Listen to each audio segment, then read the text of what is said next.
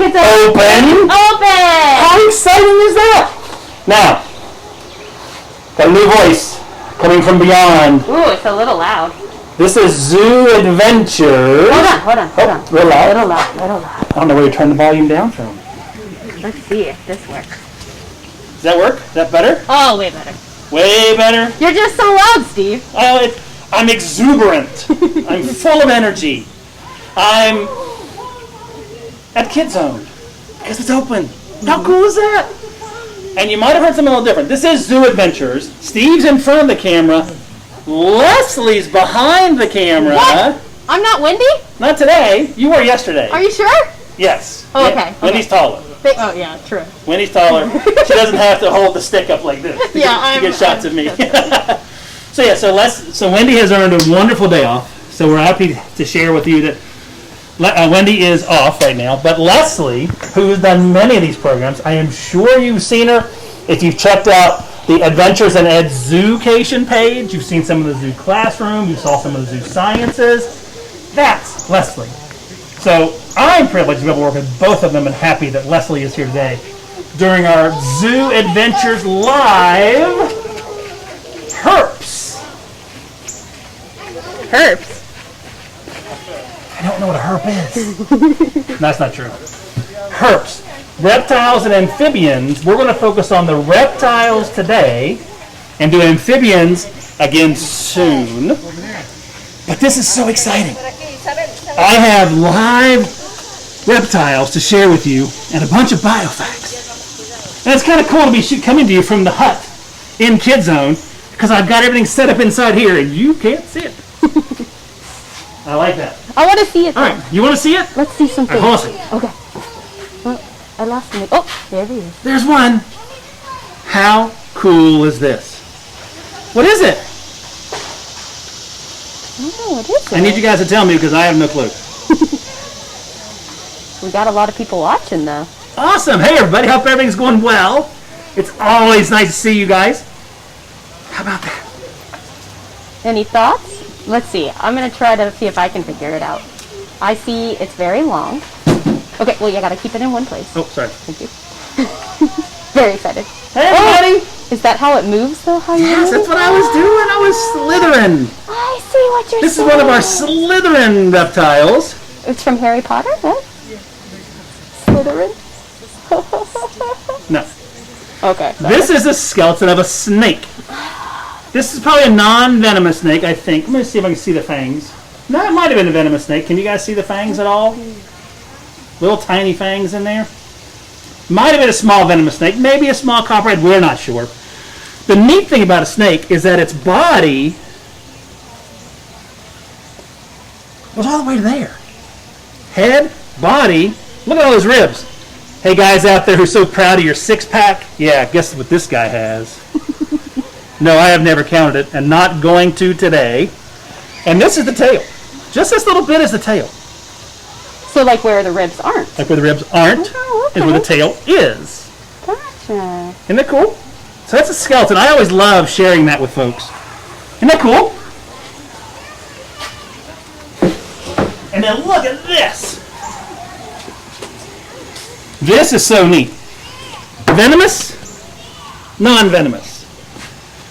Can you give me an example of a poisonous snake? I can. Hush. Let's see if anybody knows. Does anybody know Poisonous, of a poisonous snake?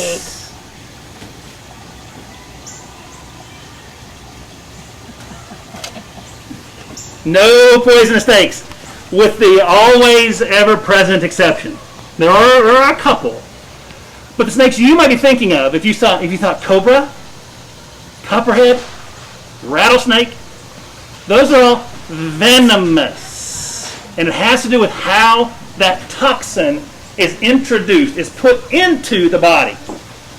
This is a broken hat. This is one of our wonderful things, but it's broken. But I love it. They stopped making this. We have venomous and non-venomous skull. Look at the fangs on the venomous skull. Those fangs are how the toxin, how the venom is put into its prey. And that venom does all kinds of stuff. It might mess with the blood flow. It might mess with muscles. Might mess even with neurology. The way things are working. Compared to the non-venomous skull here, but look which direction all those teeth point. They point back down the throat. So we had a friend, Christian, said, yeah, rat snakes are non-venomous. Very good. Nice job. Fantastic. And those teeth act like little tiny hooks. So when the prey goes in, they can't get back out. That makes sense. Yep. So these are usually constrictors, or guys, they actually eat their prey alive and whole, where the venomous snake uses those magnificent fangs to inject the venom. So venom injected, fangs, or a stinger, scorpion, bee, venom. Spiders, venomous. Plants, some caterpillars, some poisons, poisonous. I have to eat them or it has to be on my skin. Got it?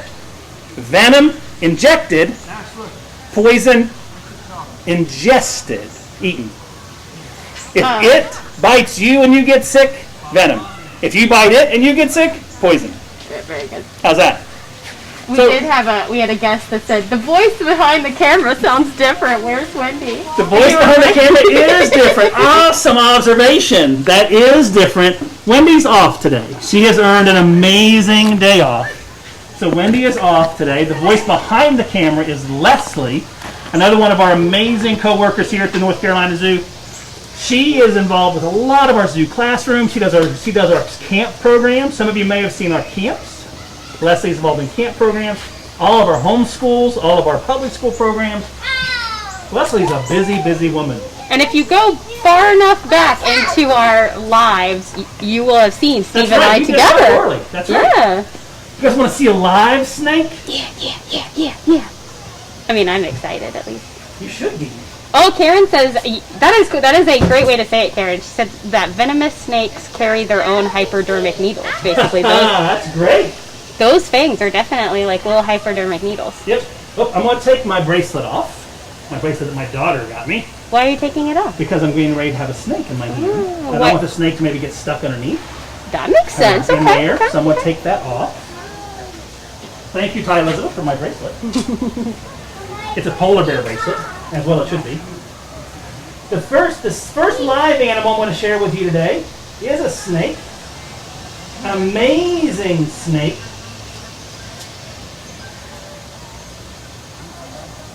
Anybody want to guess what type of snake it is before we see it? Or now looking at it. That was really quick. That was very quick. So sorry about that. I heard you saying something right before as I was getting this wonderful animal out. Any guesses? Don't say snake. I told you it's a snake. What type of snake? One of my favorite types. Really amazing animal.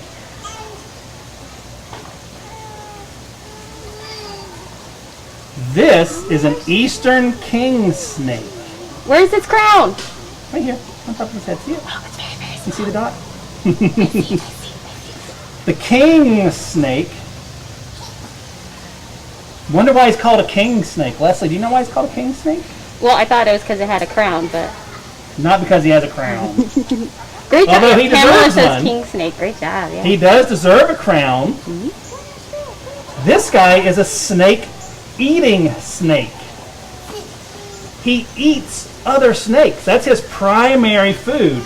Not his only food, but his primary food. You see him sticking his tongue out. He thinks Leslie had a snake for breakfast. Leslie, did you have a snake for breakfast? No, I did not. So that tongue sensing his environment, tasting the air essentially. He's not smelling per se, but he's tasting the air with that magnificent tongue. It's forked, as you can see probably pretty well in some of those pictures that Leslie's given you. And it's forked for the exact same reason you have 2 ears and 2 eyes. You have a pair of nostrils, so he can tell direction. The forked tongue helps him tell direction.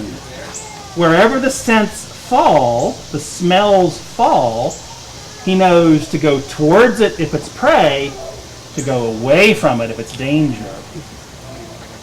Here's one of your animals that's not really a constrictor. Whoa, what'd you do? He's not really a constrictor. When he eats those snakes, he bites it, moves his jaws around to find the head of the snake and swallows it whole and alive. Yes, even venomous snakes can become the prey of the king snake. So this guy can eat the copperheads of this world. Amazing animal. We were going to talk about some of the characteristics of reptiles. They are ectothermic. Ectothermic. Sometimes they're called cold-blooded, but their blood isn't really cold. So ectothermic, their temperature is regulated by the temperature of the air or the water, their environment that they're in. So being ectothermic, he relies on the temperature of the air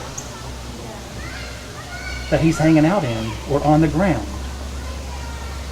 Ectothermic. Cold-blooded, another phrase for that. I got a question for you real big, because we have a virtual field trip going on. So well, Christian hi, guys. said, how big can its prey be? How big can its prey be? About 1.5 times the size of his body.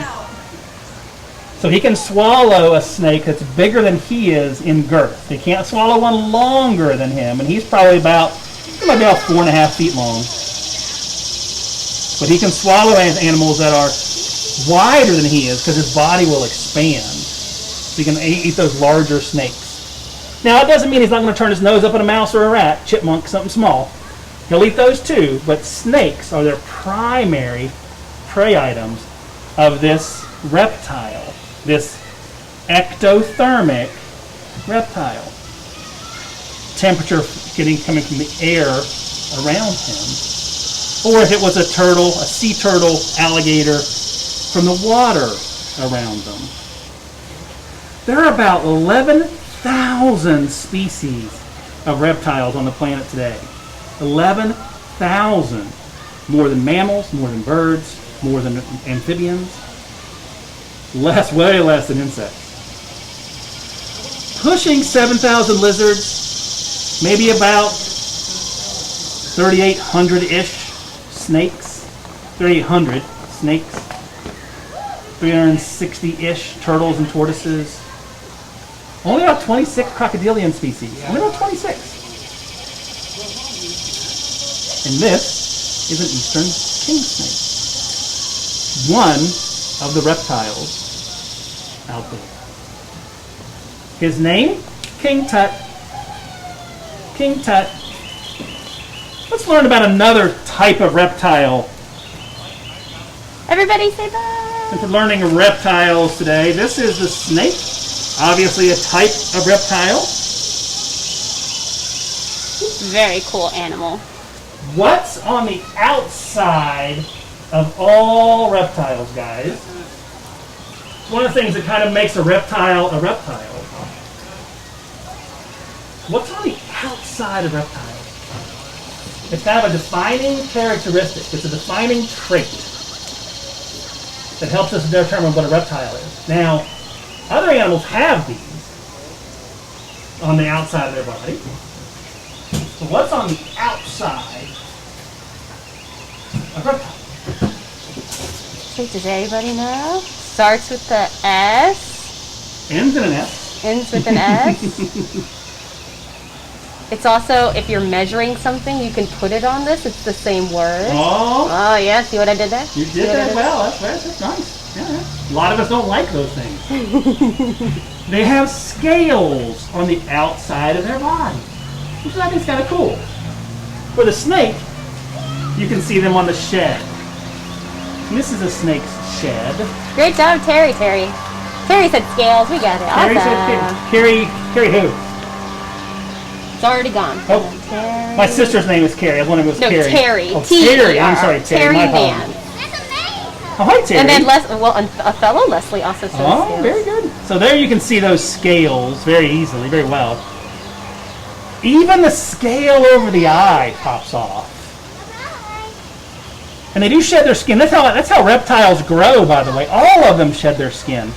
The snake is easy to see because he's shedding all of it like that. A lot of times they're not shed in those wonderful lengths.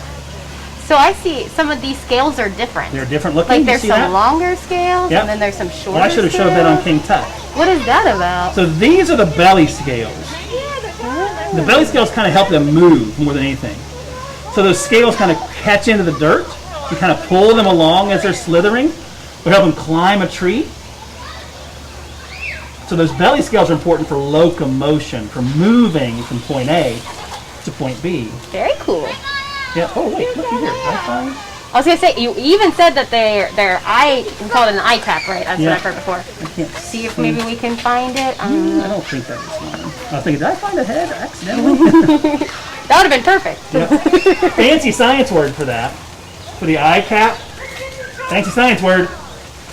Very fancy. Oh, another question. That's a great question. For real. What? Christian Page says, how can they eat when they're about to shed? Do they eat Great when they're about to question. shed? A lot of snakes do not eat right before they shed. In our kind of lingo, people, folks that take care of reptiles and amphibians, especially snakes, we say they're in the blue. They're opaque.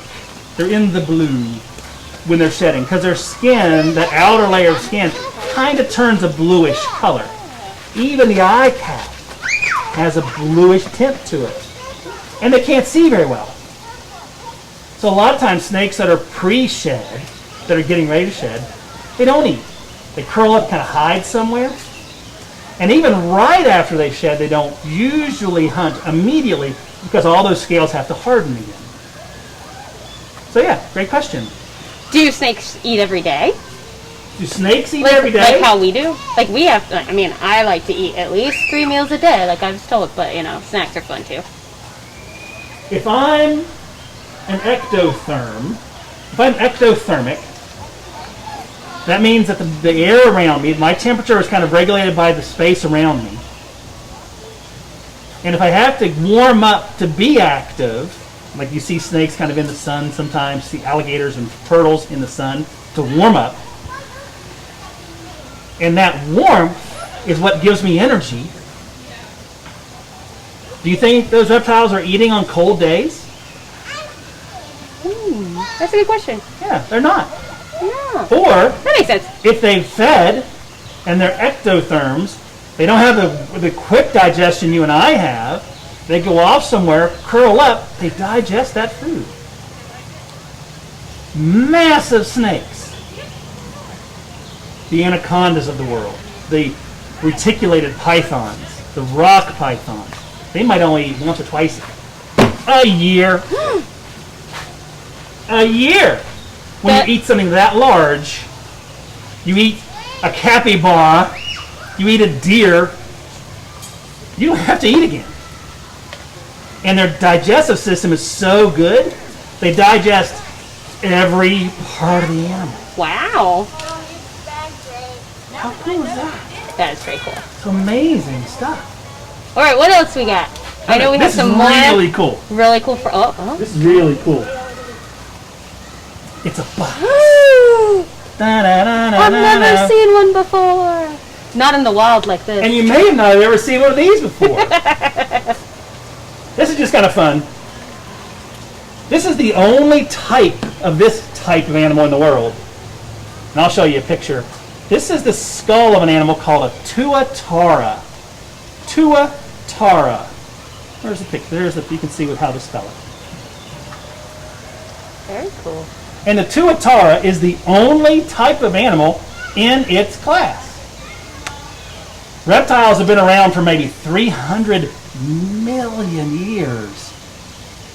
And the Tuatara goes way back. How cool is that? You guys want to see a picture? Because of course there are. we don't have one here. But look at this animal. It looks like a dinosaur. Very cool. Isn't that neat, guys? A dragon or a dinosaur, for sure, right? Oh, nice. Yeah.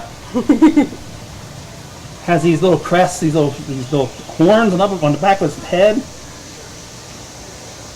They have almost a third eye on top of their head. It helps them sense light and dark. This is a primitive, and by that I mean an old, ancestral type of reptile, the Tuatara. And there's only one of them. Like there's a lot of different species of snakes, right? We mentioned that. 3,800 different species of snake, 11,000 types of reptiles. There's one type of Tuatara in the world, and you're looking at it right here in this picture. I just think it's fun to share, realizing there's so many of some animals and there's so few of others.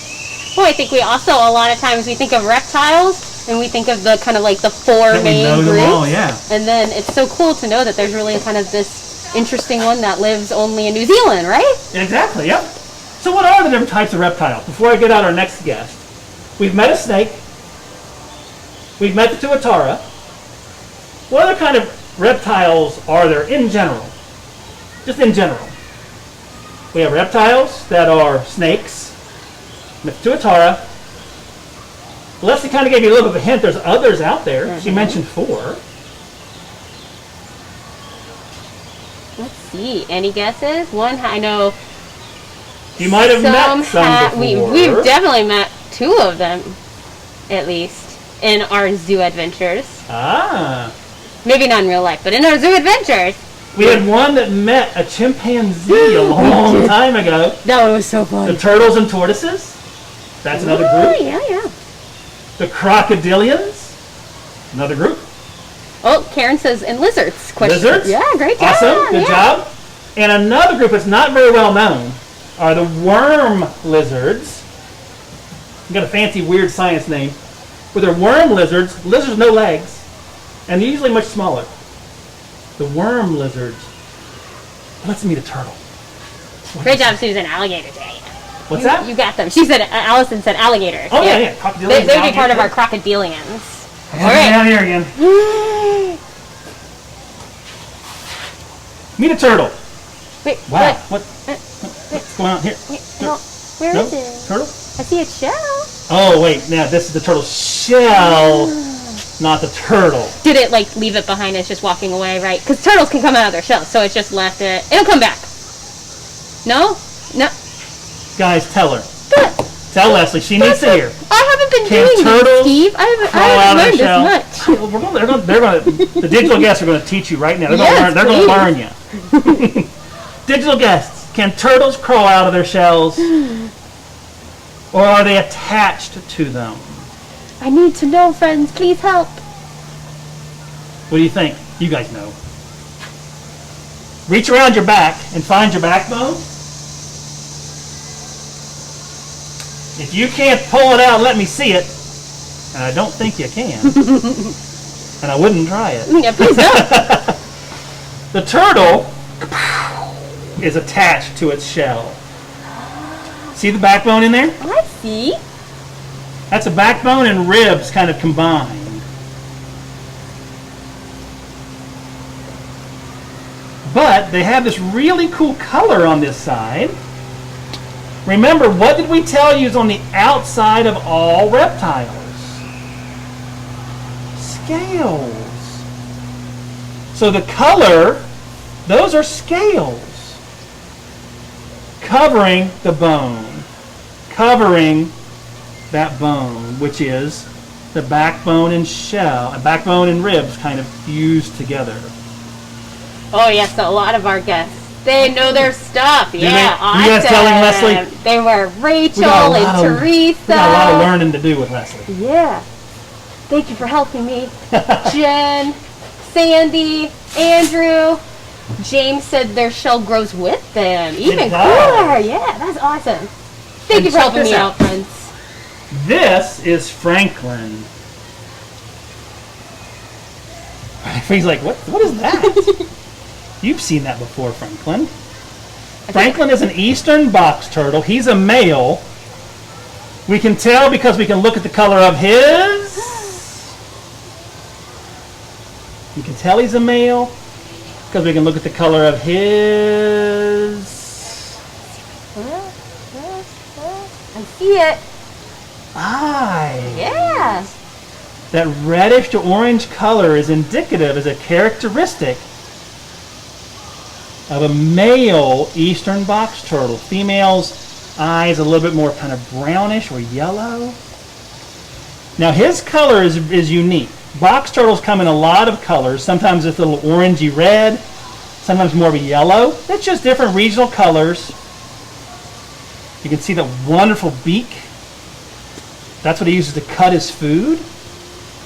He's an omnivore. There's your fancy science word for today. Another one. Omnivore. Omnivores eat what? That's almost too easy for you guys nowadays. Omnivore's almost too easy for you guys. They're eating both plants and animals. And their diet is unique in that it kind of changes over time. When they're younger, lots of protein. Bugs, slugs, worms, and some greens and fruits. As they get older, their diet flips.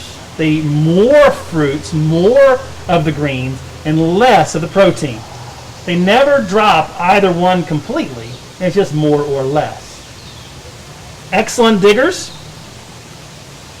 And that wonderful shell keeping him protected.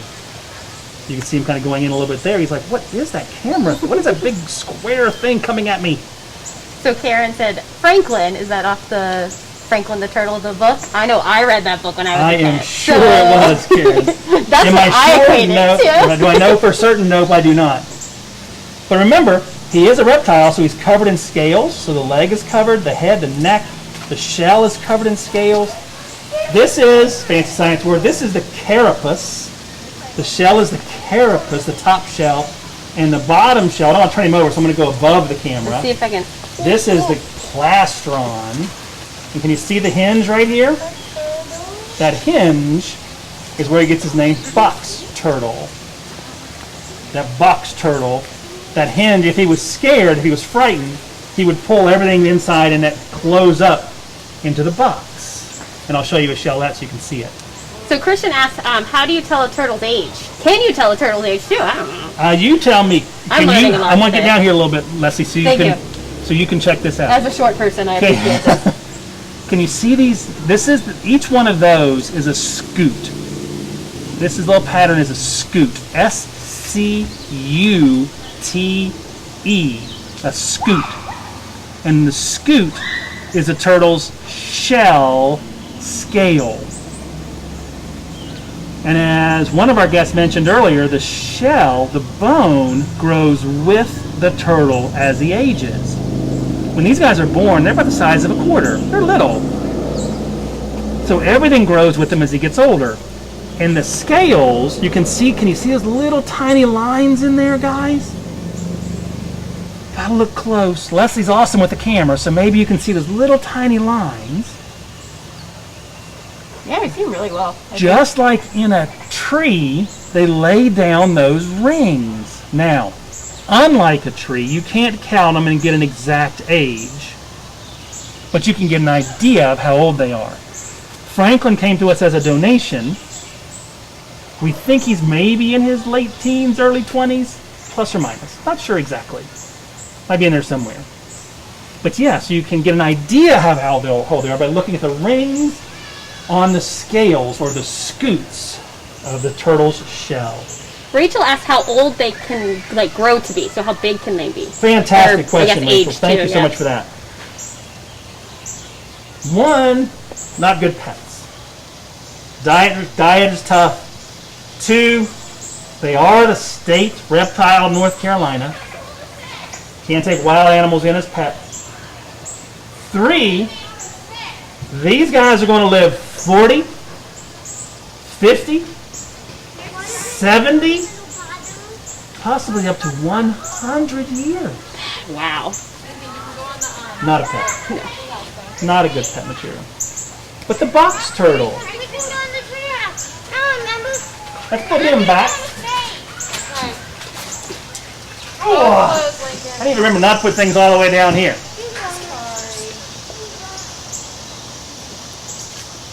Come on, Griff. I have one more animal to share with you, and then we'll be wrapping it up. Amazing animal is this. Another one of our reptiles. We got to wrap it up with this. This is Bayou.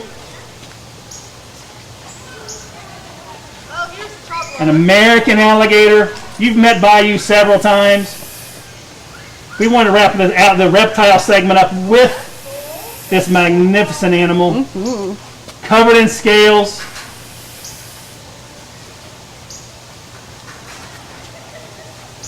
Growing. When we first had our first one in March, he was much smaller than that. How fun is that? Reptiles. Who knew? So many different types of reptiles out there. All the different numbers. Over 11,000 total animals in the reptile classification. And he had to end on a big note. Had to end on the gator. I mean, he is pretty big, so. Isn't he? Yeah. We want to make sure, because you've met him before, we didn't want to keep him out and about or do much more with gator. So I wanted to make sure you saw Bayou, the American gator. Guys, I hope you had a great time today meeting some reptiles here at North Carolina Zoo in the brand open new Kid Zone space. Zoo EDventures, Steve in front of the camera, Leslie behind the camera today. Wendy will be back down the road. You guys enjoy your time. Stay safe. Wednesday, you can come and take a chill with the Zoo EDventures team. It's taped. We'll see you then. Bye, guys.